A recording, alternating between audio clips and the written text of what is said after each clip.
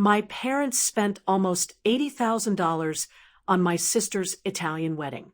A private villa in Tuscany, imported flowers, a four-course dinner under hanging lights, a live string quartet playing while guests drank champagne on a terrace overlooking vineyards. It looked like something out of a movie, and the entire time, my parents acted like they could afford every second of it. They couldn't. I knew it, because 2 years earlier, when I needed help paying my final semester of college tuition, my dad had looked me straight in the eye and said, "We can't afford to waste money." But apparently a luxury destination wedding wasn't a waste. My sister had always been the favorite. Everything about the wedding proved it. Designer dress, luxury hotel rooms for guests, even custom gift boxes with wine and handmade chocolates. Meanwhile, I paid my own flight, my own hotel, and sat quietly at the reception table near the back. No one noticed, except when the bills started arriving. 3 weeks after the wedding, my phone rang. It was my mother. Her voice sounded strained. "We need to talk," she said. That phrase never meant anything good. "What's going on?" I asked. "We're in a little financial trouble," she admitted. "A little." That's when my father got on the phone. "The credit cards are maxed out," he said bluntly, "and the loan payments are starting." I leaned back in my chair slowly. "How much?" Silence. Then he said the number. "About 60,000. I almost laughed, not because it was funny, but because I suddenly understood where the conversation was going. "We thought you could help," my mom added quickly. Of course they did. My sister had her dream wedding. Now, I was supposed to clean up the mess. "I'm still paying my student loans," I reminded them. "Yes, but you have a stable job now," my dad said. "And you don't have a family to support," my mom added. That one stung. Apparently my life only mattered if I was financially useful. "So let me get this straight," I said slowly. "You told me you couldn't afford my tuition." "That was different," my dad muttered. "But you could afford a vineyard wedding in Italy?" No answer. Then my mother said something that made my stomach twist. "Your sister deserves beautiful memories." And I didn't. The silence on the phone stretched longer. Finally, my dad said the words I knew were coming. "You're the only one who can help us out of this." I stood up and walked to the window of my apartment. The city lights reflected back at me in the glass. For years, I had been the responsible one, the quiet one, the one who didn't argue. But something about this moment snapped into clarity. They didn't want help. They wanted a bailout, and they expected me to provide it because I always had before. My mom spoke again, softer this time. "We just need you to cover the loan payments for a while." "For how long?" I asked. "Maybe 2 or 3 years." I closed my eyes. 2 or 3 years. To pay for my sister's wedding. That's when I made a decision. "Okay," I said calmly. Relief exploded on the other end of the phone. "Oh, thank God," my mother breathed. "We knew we could count on you," my dad said. But they didn't realize something important. I never said I'd give them the money. I only said okay. And 10 minutes later, I made one phone call. That call changed everything. After I hung up, I didn't feel angry. Surprisingly, I felt calm. For years, my parents had treated me like the responsible backup plan.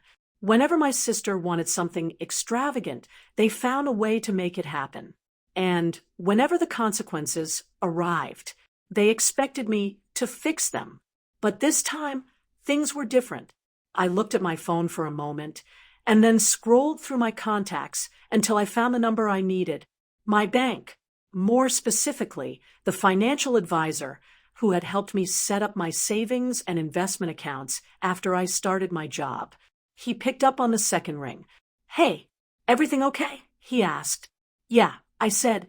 "I just need some advice about a situation." I explained everything: the wedding, the loans, the $60,000 in debt, and my parents expecting me to pay for it. He was quiet for a moment. Then he asked a simple question. Did you sign anything? No. Did you co-sign a loan? No. Did you promise the money in writing? No. He chuckled softly. Then legally, you're not responsible for a single dollar. I already knew that, but hearing it out loud felt different, stronger. Here's the thing, he continued. Families sometimes blur financial boundaries. If you step in now, you'll set a precedent that you're their safety net. That's exactly what I'm worried about. Then the best thing you can do, he said, is protect your own financial future. That was the confirmation I needed. But that wasn't the only call I made that night. The second call was to someone else, my sister. She answered immediately. Hey, Mom said you're helping with the loan. She said happily. No greeting, no hesitation, just assumption. Actually, I said calmly, I'm not. The silence on the phone was instant. What do you mean? She asked. I mean, I'm not paying for your wedding. Her tone changed quickly. Wow, seriously? After everything Mom and Dad have done for you? I laughed quietly. They told me they couldn't afford my tuition. That's different. How? Because this was my wedding, she snapped. Exactly.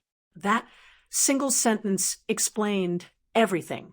Your wedding, their debt, my responsibility. No, I said simply. She scoffed loudly. So you're just going to let Mom and Dad drown in debt? No, I replied calmly. You are. The silence this time was longer. Then she said something that almost made me laugh again. You're so selfish. I stared at the city lights outside my apartment window. For most of my life, I would have believed that, but not anymore. I didn't choose the villa, I said. I didn't choose the catering. I didn't choose the private vineyard. You're unbelievable, she muttered. No, I replied. I'm just not your emergency fund anymore. She hung up on me. The next day, my parents called again. This time they weren't relieved. They were furious. How could you lie to us? My father demanded. I didn't lie. I said calmly. I said okay to thinking about it. My mother's voice trembled. We're your parents. And I'm your son, I replied. Not your bank. They tried guilt. They tried anger.